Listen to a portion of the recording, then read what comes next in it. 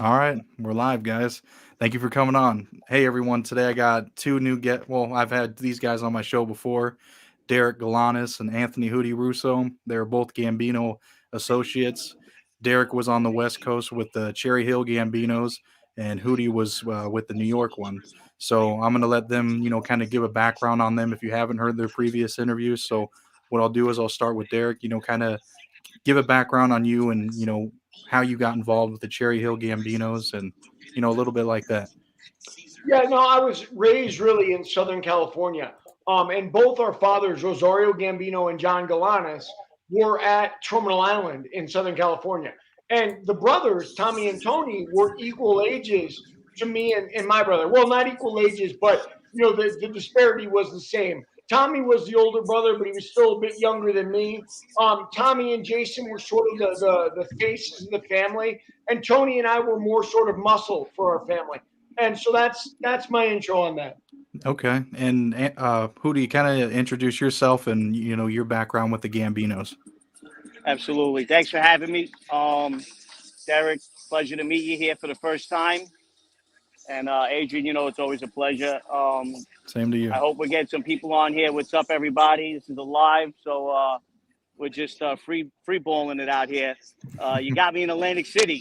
Special weekend, 3-day weekend, and I knew I had to jump on here for this live. I was originally from Ozone Park. My family were really, like the East New York area, but coming into Ozone Park, it kind of connects. I grew up over there, and I grew up on 101st Avenue. My where I lived was right on 101st Avenue, and for a lot of people that don't know, Ozone Park, 101st Avenue was a breeding ground for organized crime.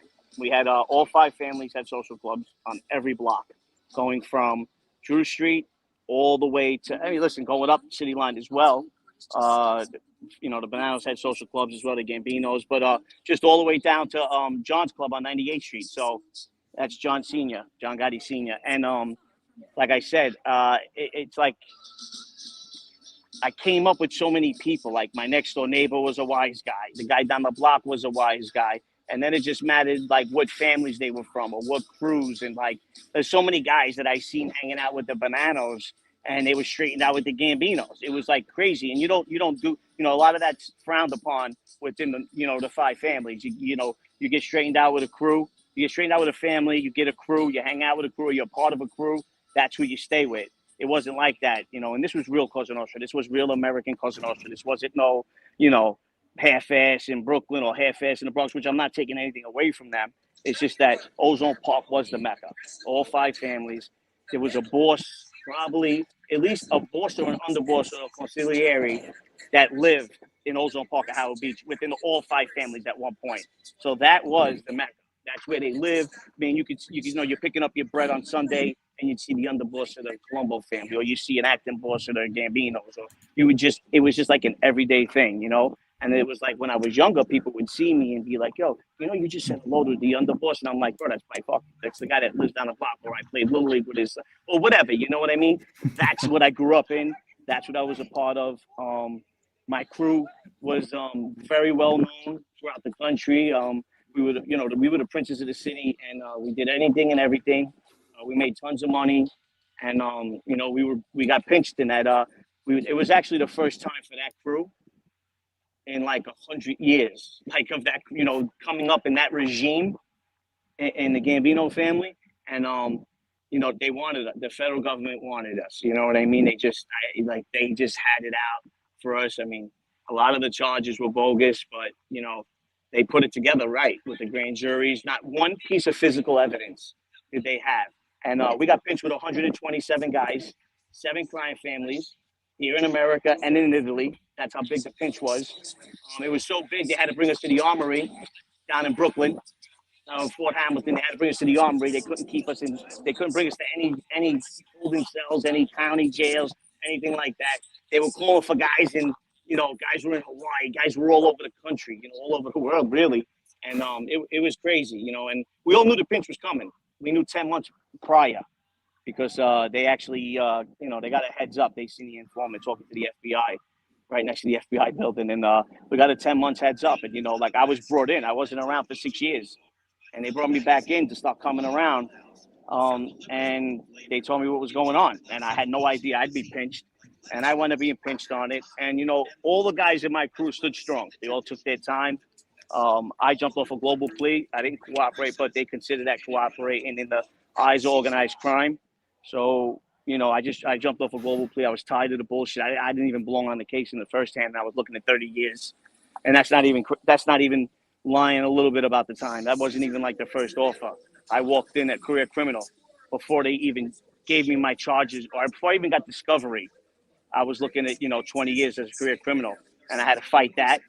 And I tell a lot of people, if there was time for me to go bad, that would have been the time. I was in the box for 30 days. I was alone. Had no idea what was going on in the streets. It was fucking 7 degrees out. It was probably below 7 in the fucking cells. They had us freezing balls, and I fought a career criminal charge. Went right into court, fought it, and waited for the results. I wound up beating that, but they grabbed me on bail. They wouldn't give me bail. The prosecutor, the assistant, USA wouldn't give me bail, and that's where this all started. I came out. I decided to change my life. I wound up getting 60 months total. You do 3.5 where you hit the halfway house, and you take, the only one program they got in there. It's a drug program. It's all they have in the feds. There's no school. There's no outside clearance. There's nothing like that. So I did that. I came home, and I washed out. I wasn't welcomed in the crime family anymore, but I didn't want anything to do with that life. And I went to work as a legitimate guy for $10 an hour. I had to start from the beginning with the clothes on my back, literally. Yeah. Not a bed to sleep in, not a pillow to put my head down on. I walked in and started working at a thrift shop for $10 an hour. And 2 years later, my little brother came home, started a channel, and told me I should get on IG. I wasn't even on social media. I didn't even have a smartphone. I was still using flip phones up until 2020. I think Derek can relate as well, right, Derek? I mean, what led up to you going to prison and why? Well, I got busted on an ecstasy lab, and the Gambino kids knew about it. They were involved, but, I held strong just like Hootie did, and I wasn't going to roll on anybody. That was the way I came up, and that's the way it was. Now, as life went on and I caught my next beat, I started realizing the rules don't apply to everybody. The rules are different for each person. And that was unfortunate, but it is what it is. But listen, I got a question for Hootie because he might know this. What they try to do with the wise guys is they put us in the same cell when we're going through transfer centers. Why? Because they want to keep the prisons calm and tranquil. That's their idea. They don't want any problems. So they put me in with a Bonanno in Oklahoma City, and his name was Fierro or something. And he said to me, I never told him I was a Gambino associate. I leave that stuff out, but the marshals must have told him. Don't worry, we're gonna remove the Gambino. You'll be fine. And he says to me, and Hootie would know, I don't have the answers. I've been repeating the story on my channel. He goes, you hear what happened to your boys? And in that life, you always got to pretend like you're in the know. So I'm like, yeah, I heard. And I had no idea what he was talking about. So then I realized I'm going to miss the story. So I asked him, I go, what are you talking about exactly? He said the Albanians took a made man in the Gambino family. They beat him up. They stripped him naked, and they left him in the streets of New York. I said, oh, okay. So the guy was really playing kind of like, we're above you. That would never happen to us thing. But since Hootie had relationships with Bonanos and Gambinos, obviously this one, I wanted to ask you if you heard of that story. In the Bronx to the Gambinos and the Genovese, and they walked into a Lucchese club as well. The Albanians went up there and took their clubs. They actually said, now, somebody got stripped naked. I don't know if it was out in the street. I know he had to walk out in the street. They did that. They absolutely did that, and there was no repercussions for it. And they took over a Genovese club, a Gambino club, and a Lucchese club, from my understanding. And they made them leave. They took their Joker Pokers, everything. They just said, get up, get the fuck out. Now, was it a Gambino guy who got stripped? I have no idea. But 100% it was possible because they did nothing about it. 100%. Now, the only reason why, and which I don't understand why the Gambinos do this, the Bonanos got a crazy, crazy, crazy upper echelon in the Bronx. Would that ever have went on in Ozone Park? No. That's why I tell people, don't tell me about the Bronx. Don't tell me about Brooklyn. Ozone Park is where it started, then dribbled into Howard Beach. And none of that shit would ever happen. And the thing is, there was a couple tough guys in my neighborhood who actually, like you were talking about Gene Barillo being in the Forza. He was the only guy. His guy, Ronnie G, would try to fight with all the Gambinos because they didn't have anybody. Don't get me wrong. The boss lived right in the center of Howard Beach, Joe Messina. So they had the power in Howard Beach because Joe Messina lived there for 30 years. So they had the power, but they didn't have the manpower in the street. So the Bananos were like beneath us. So that's why when guys get a chance, they'll throw shots at the Gambinos. You know what I mean? Because first of all, we always had more soldiers. We always had more guys in the streets. We always had more associates. So they'll go back to that story in the Bronx where we hold no weight. That first of all, that's a Banano city anyway. Number one, that's where mostly the Bananos come from. If they're not Sicilian, because then Sicilians, they come from 18th Avenue, which is they're actually Tommy. That the Gambinos that you're talking about, their cousins got 18th Avenue on lockdown, which I knew very well when I was in the streets. And you have Bushwick, Knickerbocker Avenue, then that's it. And then, of course, Ridgewood, because that's where the pizza connection came from. That was all Bananos. And then that's it. You go up to the Bronx, which is like a third world country. Who the fuck wants to be from there? Even the wise guys are different. They're fucking whacked out up there. They're all at war. Listen to me. If you know the rules, one, you can't go to a meet with a pistol. You can't walk into a social club with a pistol. Whenever we were meeting guys from the Bronx, the first thing they would say, no disrespect, but when you give me a hug, you'll probably feel my pistola. They always had pistols on them because they were always at war. They were always at war, and they always used to say, "Should I remember being on Tavern on the Green with a wise guy from the Bonanno family and actually a wise guy from the Genovese family, and they were both pistoled up. And they were like, listen, they were at war at the time. It was the 90s. They were warring with the Tanglewood Boys, which was just crazy gang up in the Bronx. And the guy was like, listen, no disrespect, but I got a pistol on me. Don't take it the wrong way. And it's like, you fucking guys don't stop in the Bronx. I swear to God, they talk weird. They act weird. They're all fucking psychos. So who fucking gives a fuck? Give it to them. So Hootie, I lived for 2.5 years in Kosovo, which is the heartland for the Albanians. And look, they're crazy, those guys. I mean, people talk about the Russian mob. Truth of the matter is, in Europe, if you're talking about dirty work, it's the Albanians doing it. And I'm talking about every country: Switzerland, Germany, England. They are all over that place. So I knew it was a matter of time before they flexed their muscle on you guys in New York. I knew it was coming. That was a long time ago, bud. When they did that. And you know what? The Albanians have always been crazy here. That was when the Russians took over Brooklyn, and everybody feared them. They were putting fear in the Italian, American, Cosa Nostra and everything. When the Albanians came into the picture, that was the first time I ever seen the Russians run scared. You know what I mean? First of all, they got names you can't understand. And they got 16 of them. They got 16 names. They hold zero loyalty to their own blood. Zero loyalty. Listen, I know some Albanians. I'm cool with them. There's zero loyalty. They'll knife you, then hop on a boat in a container and go back and go somewhere else and start all over again. They got 16 names. Nobody knows who they really are. And every one of them you meet is Tony, John, or Anthony. You know what I mean? And their real name is like Skla, Slick, Slock. Like, you can't even fucking pronounce that shit. And there's no disrespect to the Albanians. But listen, these motherfuckers is out of control. They are. I know they are. I seen what they do. When you got the Russians are some dirty motherfuckers. So when you got these Albanians running scared, there's some shit to pay attention to with these guys. I wouldn't sit across the table with them. We're gonna beef right out in the streets, and that's just the way it's gonna be. Meaning in the life. I changed my life today. So the Albanian community is good with me, which I was always good with them. But they're just straight up fucking nuts. You can't fuck around with those. And and it also is with the Albanians, anybody will tell you this, the foot soldier is always looking to kill the boss. Like, he wants to be the boss. He doesn't even want to go through the ranks. Once he's at the bottom, he's looking to go right to the top. Listen, let's go whack the boss. Like, that's their mentality. Yeah, and what I was going to say too is, since you're on the topic of Albanians, kind of, you guys know of John Alite. I know Hootie, you know him personally. I mean, right. Who was he to you? Hootie, I guess we'll start with you. Like, who was he to you and around your area, on the East Coast? I mean, I think we talked about this in your interview when you first met me. I know John.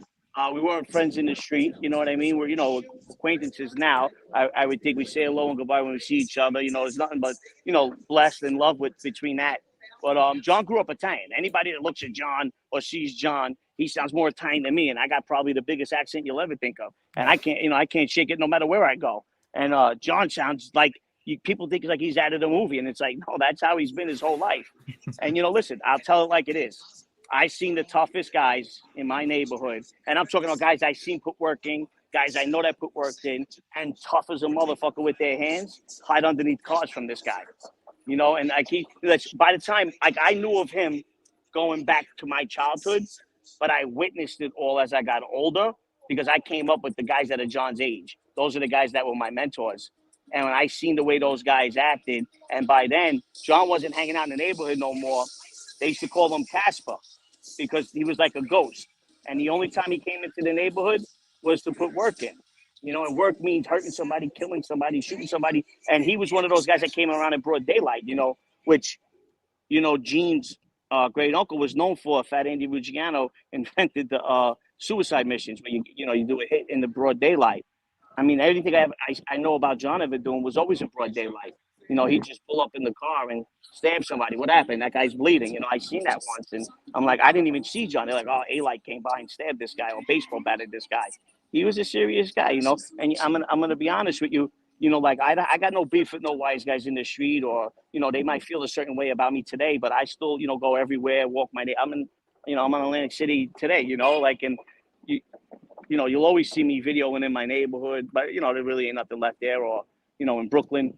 But listen, I sat down and wise guys and captains. I sat down with a wise guy and a captain. And we had a conversation about Alite, and I heard the fear in their voice. They were scared. So when you see guys like that scared of this guy, the guy's the real deal. And that's all I can say on the subject. I really can't say anymore. Yeah. And Derek, did you ever hear of him while you were, active on the West Coast? No, because I'm on the West Coast. It's a whole different world, especially when you're talking about the streets. But this is what I'll say. I read Alite's book before I went away. I was on pretrial again in my second case. And when I got out, I hollered at him. I said, "Look, man, we're both documented Gambino associates. I know you were a fighter. I was a pro fighter. Let's have a boxing match. Those guys in Philly, the Feldmans, are throwing all kinds of celebrity stuff and whatnot." He said, "Yeah, I'll get back to you." And he never got back to me. Now, listen, I'm not saying in any way that makes John, not tough or whatever. Obviously, the man is very tough. For me, I would love to do stuff like that, boxing and stuff like that to my life. But look, John is a little older than me too. As far as he goes, look, I've met East Coast guys who grew up with the wise guys like Hootie, and they talk like them. They act like them. That's their culture. John may be ethnically Albanian, but he, in effect, is Italian, like Hootie said. And let me give you one further step. Because John couldn't get made, it made him even tougher. Like, okay, so I'm outside. I'm not really part of the group. He was sort of like the guy outside showing them how tough he was, even though he was Albanian. And look, Hootie already told you how tough the Albanians are. He saw it himself in New York. And I'm telling you, I saw it all over Europe. They are the most feared group in the world. Yeah, and I mean that is true. I think with him not being able to get made, maybe it made him want to be even more tougher. On that subject, we'll start with Hootie. How come you were never made, in the family? Well, I never even went on record with the family. I was kind of what I did for my crew or with my crew. I only wanted to be with Ronnie One my whole life. I didn't have to. I never wanted to be in Cosa Nostra. The fact being who I was and where I grew up, and being a drug dealer, everybody already thought I was in Cosa Nostra, and I wasn't. I just knew them all. I could sit down with them. I could go to dinner with them. It doesn't mean anything. And even when I got picked up, I wasn't on record with them. They held a lot against me, my crew, because I sold drugs, and none of them were involved in drugs ever. But I was kind of the guy that they looked upon to go out and, shake down drug dealers and, put certain pieces of work, certain things that I did for them to kind of hold my weight within my crew. You know what I mean? And then with that, I went and met, different, Gambino guys and Banana guys that I didn't know. But fact being, I knew a lot of them already. You know what I mean? From just being working with them outside of the life, because you're not supposed to be a drug dealer, you know what I mean? And, when I had also being that, a good friend of mine who didn't want to be in the life, but was, family into the Gambino family, which I had no idea. At 14 years old, he seen me in the park and said, listen, come over here to my club. And he had a club. It was a front for an arcade. He brought me in the back, and there was 2 sets of phones. He's like, you know anything about sports? And I'm like, I love the Yankees. And I was a big Don Mattingly fan, at the time. And he's like, well, listen, I'm going to teach you what we do here because I think you're a good fit. He knew I was a tough kid. I just think we just got done having a fight. And I fought the biggest guy. He went to work on me. Like, they just didn't even know my first name. And that's where I got, the name Hootie from. And I went in and they taught me how to work phones, and I was answering phones on my own. By the time, I started when I was 14, but I think I was running the office by 15 by myself. And the whole time, it was the acting boss of the Gambinos family's office. You know what I mean? So, things like that. There's not a lot of times you even have to go on record. It's just that this is who you are. This is what you're a part of. You know what I mean? Like I said, guys would walk in and be like, hey, Hootie? He's like, Hootie?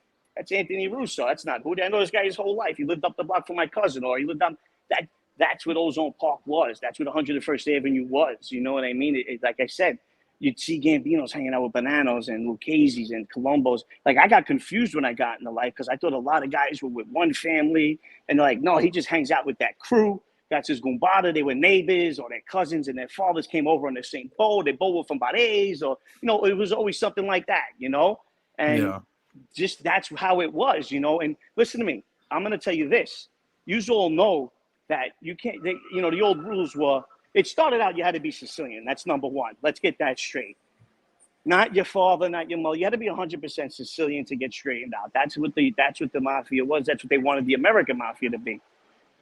Just like a lot of the guys in Chicago, Capone was never straightened out. None of those guys were straightened out in the outfit. I'm sure they got some ceremonies or whatever they do now. And a lot of Sicilians from Cicero and all of that wind up dribbling down into Chicago. And those guys probably were straightened out. But you got to remember, he got kicked out of New York and from Coney Island and sent to be Johnny Torrio's driver. He was a Nobly Don. They couldn't straighten him out at the time. And then years went by and they started straightening them out. I'm talking about the other, but this is Mustache Pete's. Now you can't even have facial hair. I told that story. Back then it used to be the Sicilians with the mustaches. This was before the, the rigatoni wars, the cheese wars. But what I'm saying is John could have changed his last name because I don't want to get into the full story of how it works. Because if you do know, John Jr. was the boss of the family. And I think he was 25%,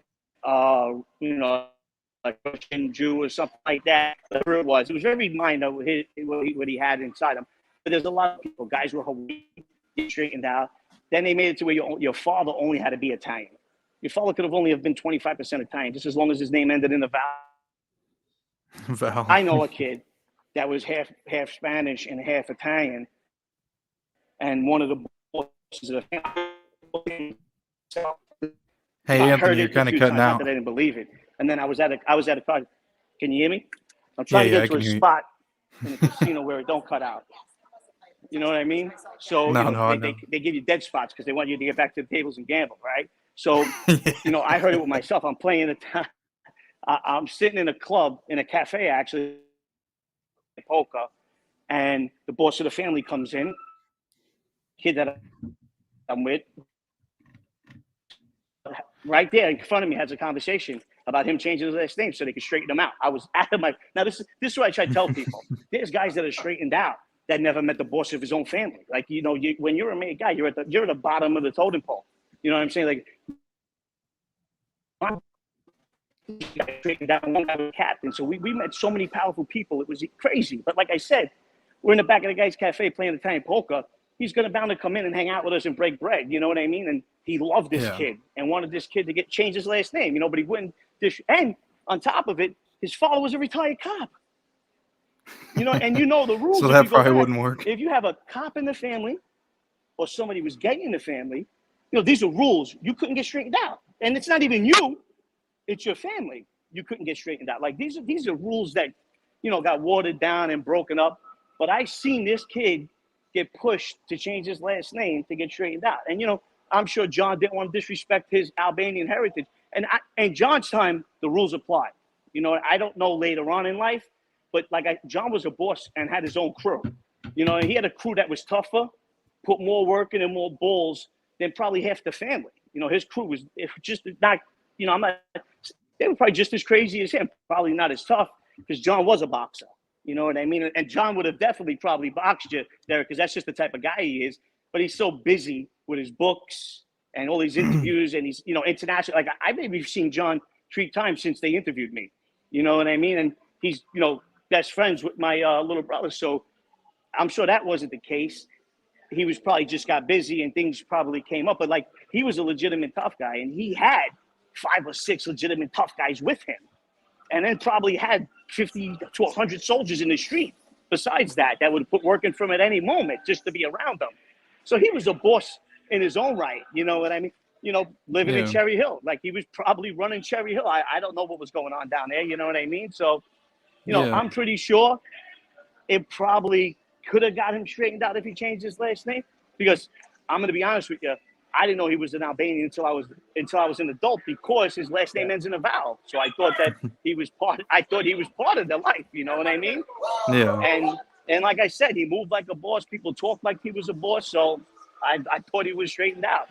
Yeah. But that's So, just the way it works. So with yeah, me, like I told you, a lot of things held me back. My drug dealing, jealousy within my crew. Like I came in established. You know what I mean? When we all started hanging out, they were still driving their parents' cars. You know what I'm saying? Using their mother's cell phone. You know what I mean? And I was already, because I was an orphan. So when they met me, I was already driving a $50,000 car. I was already moving to buy a condo or a house, or, I was already wearing a Rolex. You know what I mean? So like I was already, grown. And even I was only 18, but, for the years that I spent in the street and the things that I did, I was already grown. Yeah. So a lot of that held me back. And, my mentor went to jail real fast. He got 20 on one case, then caught life on another, blue trial. So that had a lot to do with it too. He was like my only rabbi in that whole situation. Yeah. So that's how it felt for me. What about you, Derek? So look, first of all, I'm Greek, so being mate was never ever going to happen for me. And it wasn't something I really aspired to anyway. I was sort of happenstance that both our fathers were in that prison together. We had like the Albanians, Greeks are very close. We treated each other. Our family was like our own mafia family. I mean, that's the way it was. So that was never an option. Now, I will say this. The feds put that Gambino label on me. They documented me in the BOP. And they went through real pains to do that. Why were they doing that? Because they were trying to get me to snitch on Tommy, right? Because they get Tommy, they have the access to the Cherry Hill Gambinos and back to Sicily. They can get anybody. So I held strong for Tommy. But then 20 years later, right, I'm in jail again, and I get a copy of that paperwork documenting me as a Gambino. And I'm promoting my book because I wrote a book that time in prison. And I put it on the internet. And the feds went crazy. And they come to me and they say, how did you get documented as a Gambino? I say, hey, you guys documented me. Don't ask me like I did it. It's your computers, man. And then they did the best thing. This is great. They said, well, Derek, we want to tell you this. You could be in a USP one day, and that Gambino jacket could cause you a lot of trouble. Now, let me translate that for you, because I'm from the West Coast and nobody knows me. That means they could throw me in a prison with guys like Hootie, and guys like Hootie say, this guy's Greek, he's not with us, what's going on? They were literally trying to set me up for harm. Well, listen, if anyone thinks the feds aren't the biggest gangsters, they haven't gone through the system yet. Well, I agree with that. No, we already know that. They're the toughest gang in the country. But just real quick, so your father was Greek. Yeah. And you would never, so Tommy never told you, because Tommy was a renegade. I don't even think that he was like following the Gambino rules when he was on the West Coast. But he never put you on record. He never said you're on record with us or you're with us or anything like that. No, the feds did it to me. So I got that jacket on me from them. Right. Yeah, but being from the West Coast and going to jail, that can also help you, because usually when you get to those kind of places, think if you're not part of anything, you got to go with the Aryans. You know what I mean? And that's something. So you could run into a guy And yeah, listen, I'm an associate. You could be any nationality, and they labeled you because you were with the Gambinos, and you took a pinch with them. Yeah, what Hootie's saying is absolutely correct. So, there's a lot of prison politics is racial, right? But me, because I was a Gambino associate, I had no problems with anybody. I was left out of everything. So I didn't have to deal with the white guys and those morons or any of that stuff because, that's a Gambino guy. So, yeah, they did me a big favor there, actually, Hootie. Absolutely. Right. That's the point I'm trying to get to. That's doing you a favor because once you're that, because it's like who you claiming. Listen, I'm with the life. That's it. They'll never ask you again. What you're about. You're top of the heap too. You are the top of the heap. Yeah. You are. Listen, I've walked in places and they're like, "What are you part of?" And they kind of look at me more, hear my voice, they know, but I'm like, "Listen, you know what I'm with?" And they're like, "Yeah, your guys are over there. They sit at table 3, like or they sit in this part of the yard, or they got the handball courts." That's how it is, and that's what I'm saying. Like that, they did you a favor, and even if they didn't do that, you should be, I got pinched with the Gambinos, like that's what you should say. And then they take you right in, they see if you got food, if you want to eat, you need sweats, when you first get in the joint. And, and I know that and being on the West Coast, I know it's got to be worse for you than us because the big, strong politics out there with these gangs. Yeah. Yeah, no, what Hootie's saying is on the Southwest border, like when you're talking Texas, California, it's all race. And I mean, it's nice, but it's bad. Like there are no wise guys, but that made me an anomaly. So they left me alone. At the same time, I didn't have anybody giving me sweats or anything else because they weren't around. But they did leave me alone. They left me out of their politics. Yeah. Listen, that's big. That's real big. Oh, yeah, it is. I mean, people don't really understand prison politics. It's all manipulation and BS, right? I mean, all the rules they brought up, and Hootie made a good point of this. He was talking about, well, originally to be made, you had to be Sicilian. By the end, John Jr. was boss, and he was part Russian Jew. I mean, look, every rule we have in this life gets broken. Every single rule. And so, as you go through it, you look at it and you wait a minute. I've been keeping these rules the whole time. How come they don't apply to anybody else? And that happened to me. Now, listen, I never cooperated because that was a rule I had inside of me. But that having been said, I've watched people cooperate. Then they get on the yard and they start pointing at the rats. That guy's a rat. That guy's a rat. Yeah, right. You're just covering yourself up. Yeah, and I was going to ask you guys, we'll start with like Hootie because, like who were you a known, who did you know on the Gambino, Cherry Hill Gambinos, because maybe Derek, might have some insight on them. Listen, I mean, I've heard of them. I don't know. It was just supposedly from New York. It was just the two brothers. You know what I mean? That formed the, and I kind of think the feds gave them that name as well. You know what I mean? Yeah, but one was on the run. So we only counted 2. And they were out of their minds as well, making the front page of the newspaper, skipping out of, what was it, a $2 million bail he ran on? It was just crazy shit that they were doing. So really, it was nobody else from New York, I think, that really was part of that. And again, I think they got that name when he ran on that bail. I think that's when they gave him that Cherry, because they were the only probably Sicilian guys that lived in Cherry Hill that were from New York. So, I mean, like I said, I knew the cousins or distant cousins, and, because the main Gambinos and Castellanos was so well off, they were all legitimate businessmen. So these were like this, these were the nephews that I think they had a ton of money, then lost it, and then got into the life, and then they were straightened out. And but I knew the cousin Tommy, the 18th Avenue Sicilians, and I knew all those guys, but they weren't part of Cherry Hill, but they were Gambinos. Yeah. So what do you have for insight on that, Derek? Because you said there was 3 brothers, right? And John Gotti made one of them, or well, he made the whole crew, and this is interesting. So Sammy said this. I think he was on Vlad. Vlad asked him, like, who were you scared of when you guys were doing the Castellano hit? And Sammy said, we were scared of the Cherry Hill guys. We were scared of what they were going to do. Because, Sicilians, look, the Mafia in Sicily, they actually have hardcore rules. I'm not saying they don't break them because they're human. But they, Sammy and John didn't know what they were going to do. Now, subsequent to that, what John Gotti did was he inducted that whole crew, Rosario, John as a capo, and Joe, the other brother, as a Sicilian faction of the Gambinos. And there are, two factions of the Gambinos. The part that Hootie was a faction of the American Italian mobsters, and of course the Cherry Hill guys, the Sicilians. But I would say this to you, Frank Cali, who was recently the boss until that senseless tragedy happened, he was married to an Inzerillo. His kids who contact me on TikTok, they consider John Gambino their grandfather, and their father's obviously Frank Cali. Now, John was on the ruling council of the Gambinos for a while, so you could say the Sicilians did something of a reverse takeover. Now, listen, Tommy got sorted out in California under Pete Milano, right? So Tommy Gambino was out there out of the way. Why? He wanted to keep him safe. He wanted to make sure he can get involved with guys like Hootie and catch a case with him. And that's what Rosario was doing with his kids. But you could say for a moment in time, the Sicilians had the Gambino crime family.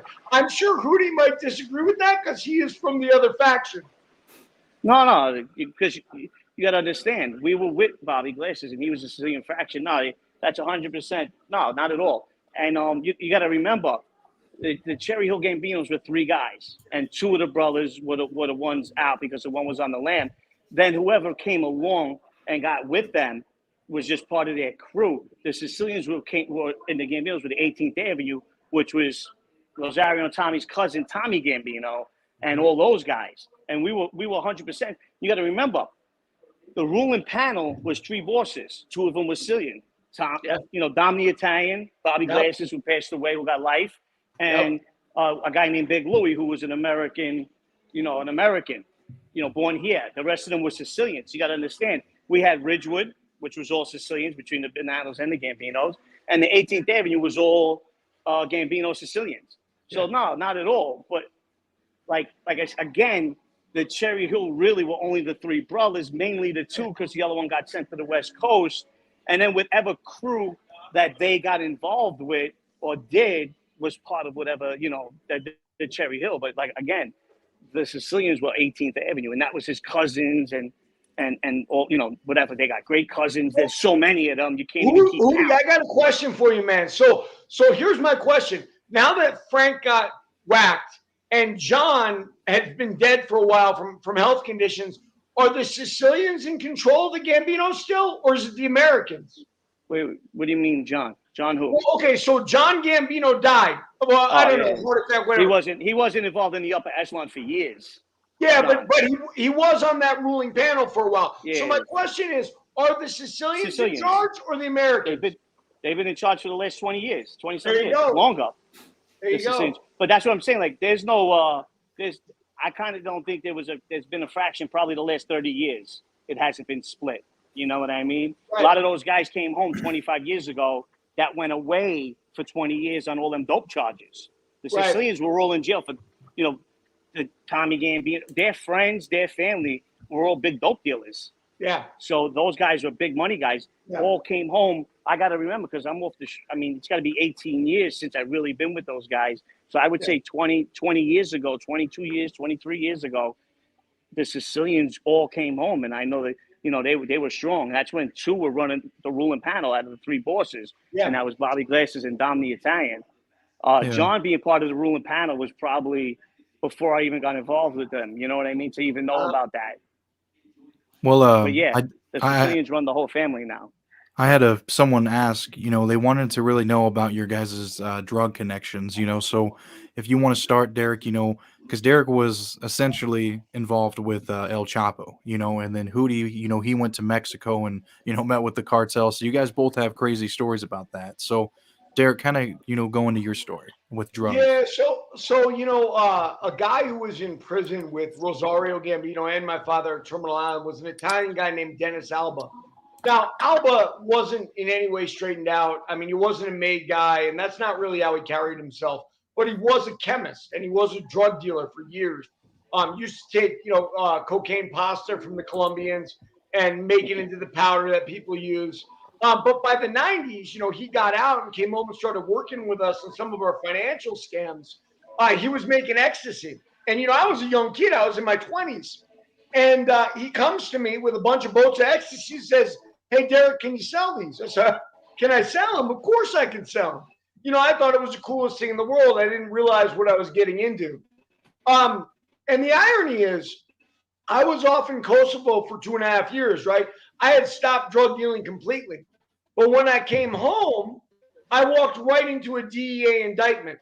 And here's the interesting thing about that. When I was in Kosovo, the two partners in the lab, who was Dennis Alba and some white guy named Mark Forrester, met with El Chapo Guzman in the mountains of Mexico. This was his first escape from Alto Plano. He escaped in late '99 or 2000 the first time. And they went down there and met with him.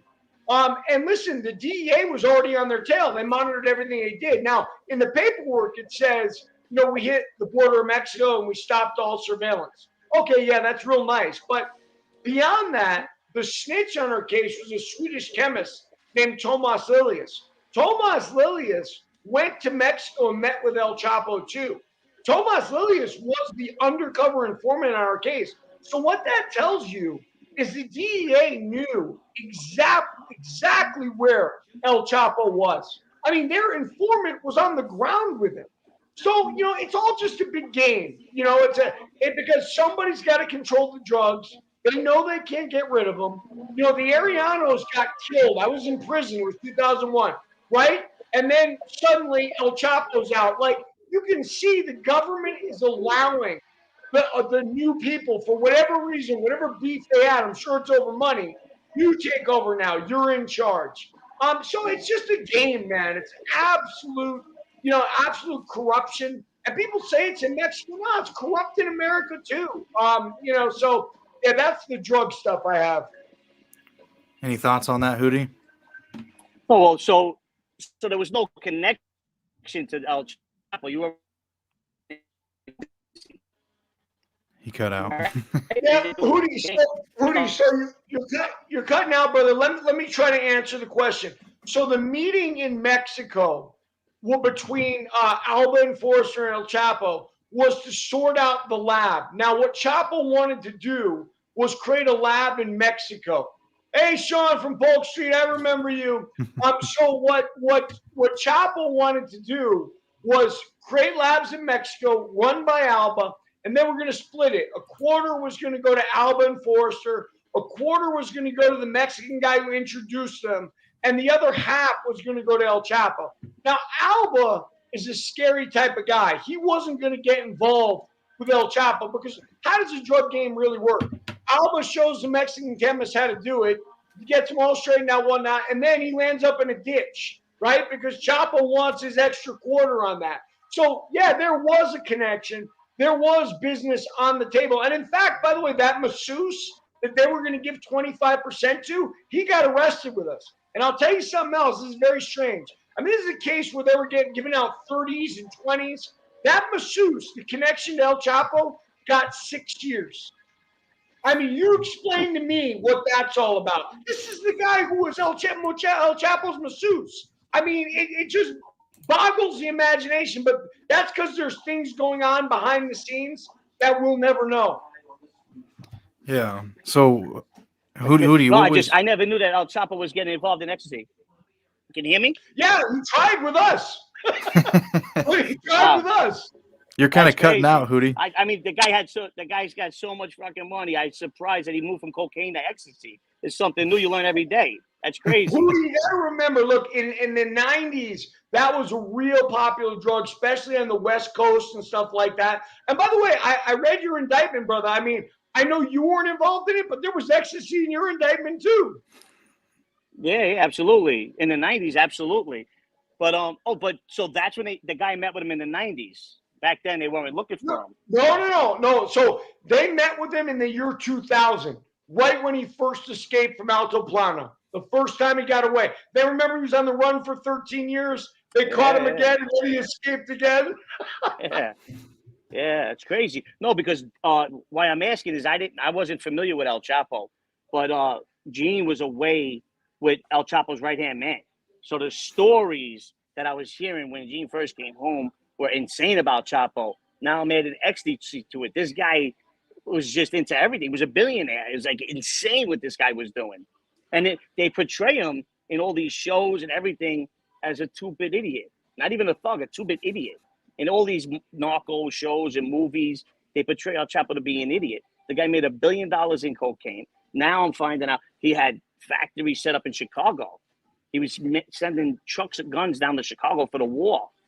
It was crazy. And then now I'm hearing about the ecstasy. I'm very now, like, I usually read a lot about these guys or see, but it seems like this El Chapo just got so much shit up his sleeve. So it's just an interesting story.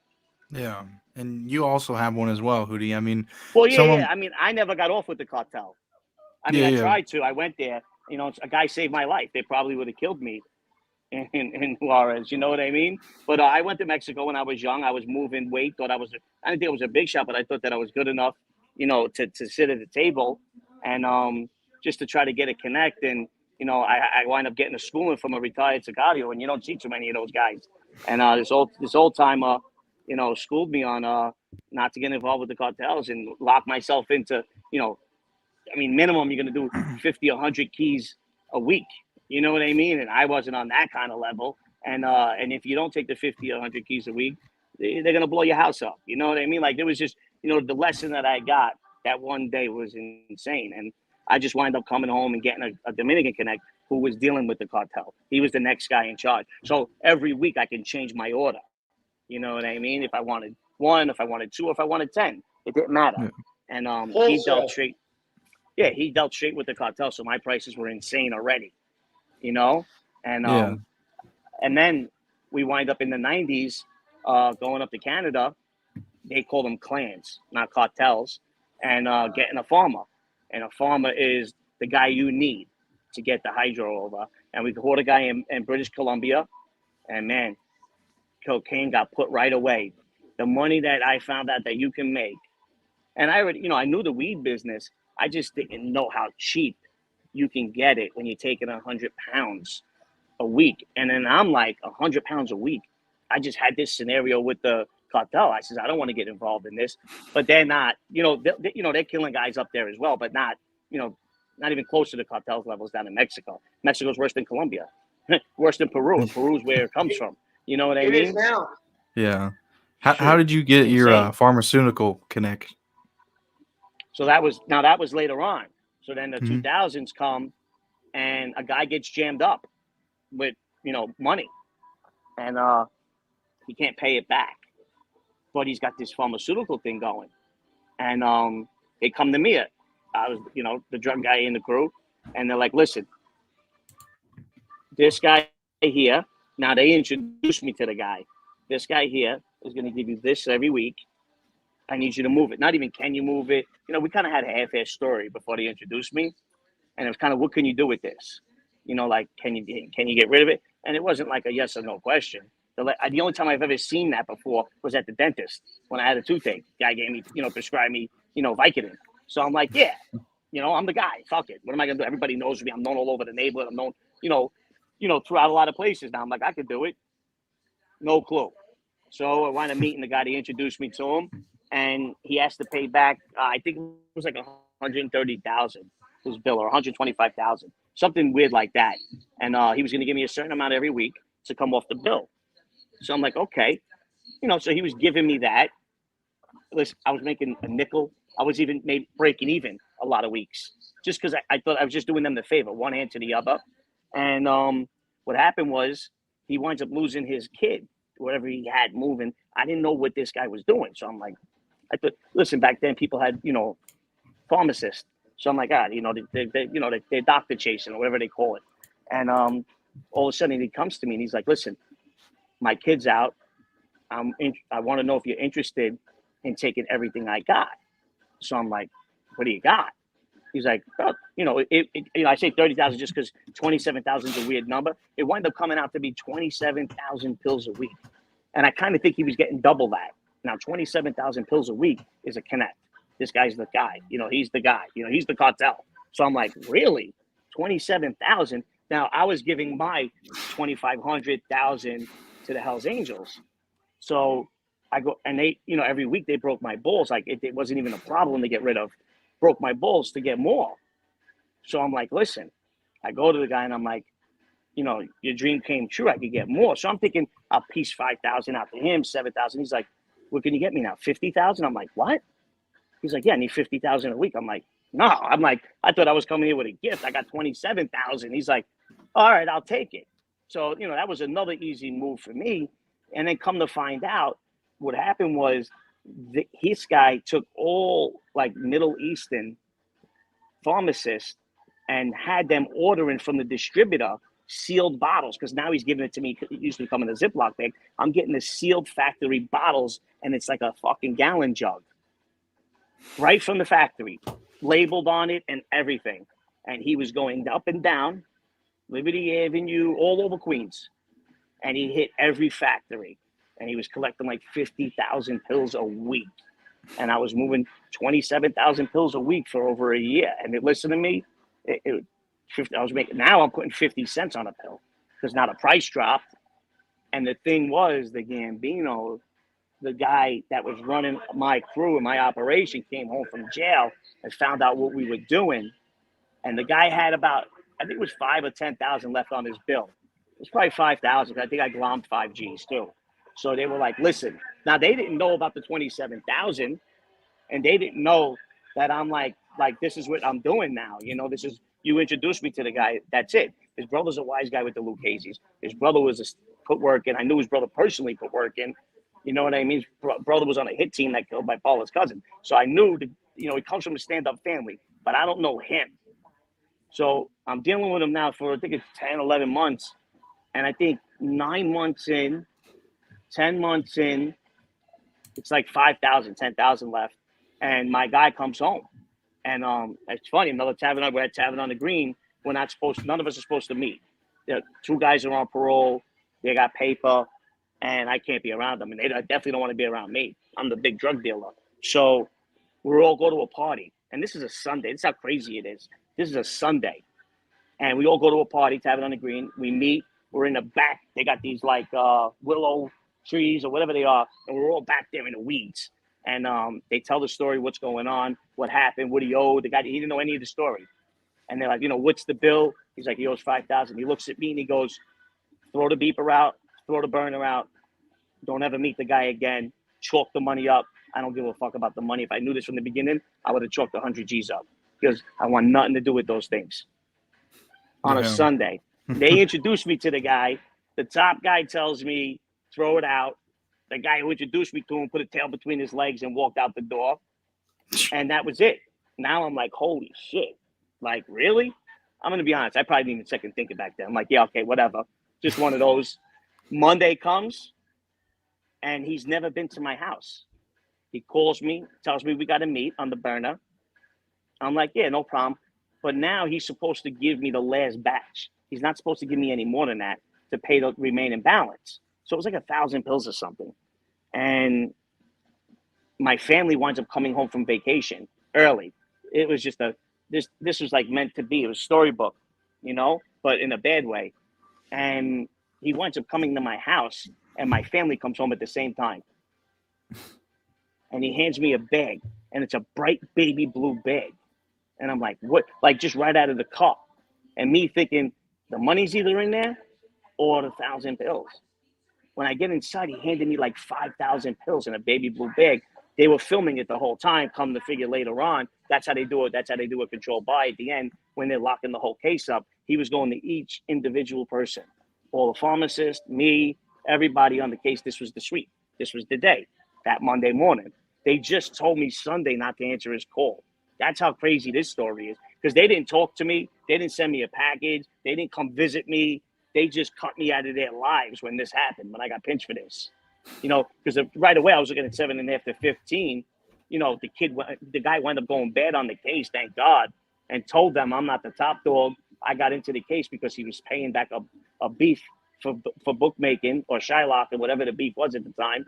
And he was just a kid picking up money. Thank God he thought of me that way and didn't know my jacket. And this was a state case. They truly didn't know my jacket either. The state cops didn't really break our balls as much, and they weren't in contact with the feds. So the feds couldn't tell them that they had a case on us since I was 13 years old. So they had no really know who I was, and I got pinched by OC, the organized crime unit in the state, which is crazier than the feds. They just don't have the power in the system like the feds do. And, Yeah, I was looking at 7 after 15. I was at the craziest building on Rikers Island. These guys are telling you, I told you to stay away from the guy. Like, he was my guy. Like, this guy was my friend, and they were telling me to stay away from him. And this is how the life works. And then they made rumors out. He's gonna go bad. He's looking at 7 after 15. He's the kingpin. He's on the craziest building on Rikers Island with no bail. Blah blah blah blah blah. I mean, the stories went through the roof. You know what I mean? And then their guy went bad and told all of them. And I remember the lead guy on the case coming to me at my court case, and he was like, you were just a small fish in a big pond, but we didn't know. And I was like, thank God he thought of me like that. And they gave me a 2 flat. I jumped on it. I walked out the door and said, thank you. Any thoughts on that, Derek? No, I mean, listen, so when you're talking pills, here's the thing. So I ended my drug dealing career in the 90s, right? And I was off to Kosovo for the Albanians. See you later, Sean. So Mexico had a lot of prescription drugs. It was before it really hit America really big. And they had these muscle relaxers called Somas. And we used to buy a bottle of 500 for like $30. And then the Mexicans realized, holy shit, these guys are buying us out of these. Let's raise the price. And they did. Now, right when I left for Kosovo is when they started putting the Oxycontin and those other pharmaceuticals in Mexico. And by the way, thank God I was gone, because honestly, I probably would have been a junkie. I remember myself back then, and I just I would have gotten hooked on those pills. So that's all I have to say about that. Yeah, one thing I wanted to bring up as well is, Derek was also part of his father's crime family. Derek, kind of tell Hootie about it, and how many, there wasn't a lot of soldiers, kind of explain to him, what the reason was for that. So, listen, I think the point, and this really connects it with Hootie, is, Rosario Gambino wanted a different life for his kids. It's part of the reason he moved them out of 18th Street back there and out west, right? He didn't want them getting involved with the life. But what he did get him involved with was financial crimes. And, Tommy studied at the feet of my father. I mean, we all did, right, out there. And that's what we were doing. I mean, Tommy did a pump and dump with my brother on Penthouse, Guccione's company. So, what Tommy's into now is more white-collar crime. And by the way, Frank Cali was moving in the same way. I think Frank got a couple of years on a racketeering bust. But, guys, if you look at organized crime now, the upper echelon's off the streets. They don't need to be there. Look, there's always going to be guys with gambling parlors. There's always going to be shylocking. And by the way, there's always going to be drugs, right? Because there's always going to be guys like Hootie that are going to be looking to get ahead. And by the way, the great thing about the drug business, you don't need a boss. You're your own boss. You get to connect, and everybody else can go to hell. And that's why a lot of people turn to it. I can tell you that's why I turned to it. I didn't want to deal with financial crimes. You got to have a certain amount of savoir-faire. And when I was in my 20s, I didn't want to hear about it.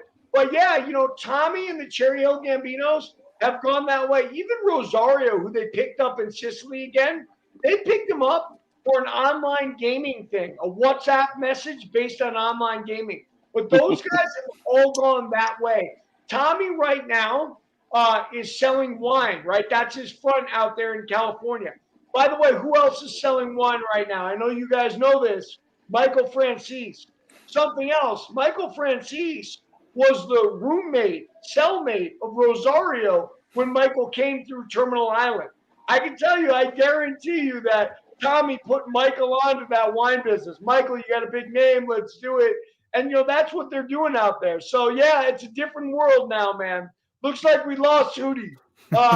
It might be time to wrap it up, brother. I got to go. My wife gives me about an hour. Yeah. Okay. Well, listen, it was a pleasure. Yeah. I appreciate you guys coming on. You are a gentleman, sir. It was a pleasure to meet you, and I'd love to do this again with you guys. Absolutely. Yeah. I said when I get my show up and running, I'm going to have both of you on. Wonderful. Okay, let me hit end on here. Thanks everyone for watching.